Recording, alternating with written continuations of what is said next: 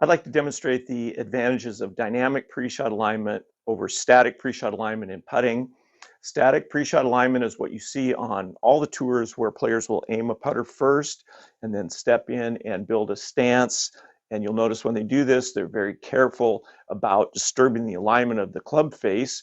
And to me, that's just evidence that their system is very fragile and it's susceptible to random motion.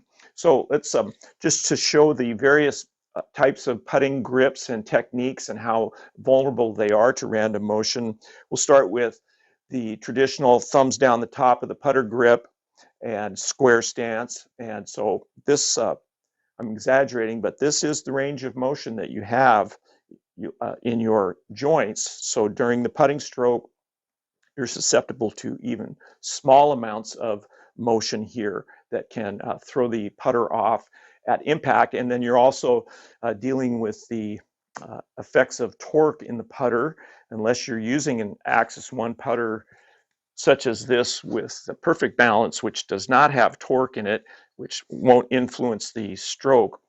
So then players will use lead hand low, and that is going to stabilize the wrist joint here against random motion, but here is the range of motion with lead hand low. So still have a lot of potential there for motion.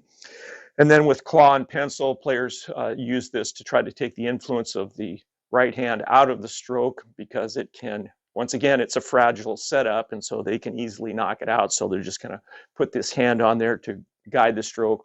And then there's also the exoskeletal putting technique that is currently allowed in putting, exotendon putting, and this will stabilize the wrist, but it still has lots of range of motion here if you're aiming the putter first with this type of putting.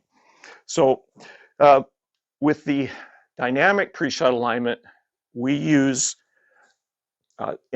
soft end range motion in the joints and opposing pressures during the pre-shot routine to stabilize motion in the 12 of the 13 major joints, from the ankles, knees, hips, shoulders, elbows, wrists, and then the neck joint is the final major joint. And because we've stabilized the rest of the system, then we don't have the ability to knock the putter out of alignment by raising our head, which is a typical problem with players using traditional or other types of alignment. When you raise your head, you can pull the shoulder out of alignment and cause problems in your putting.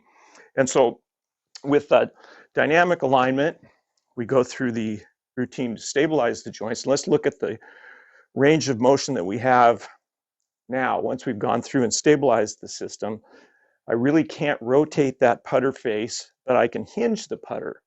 And hinging the putter is not going to cause major problems in your direction. It can cause problems in your distance control if you're hitting it at various points in the off the face.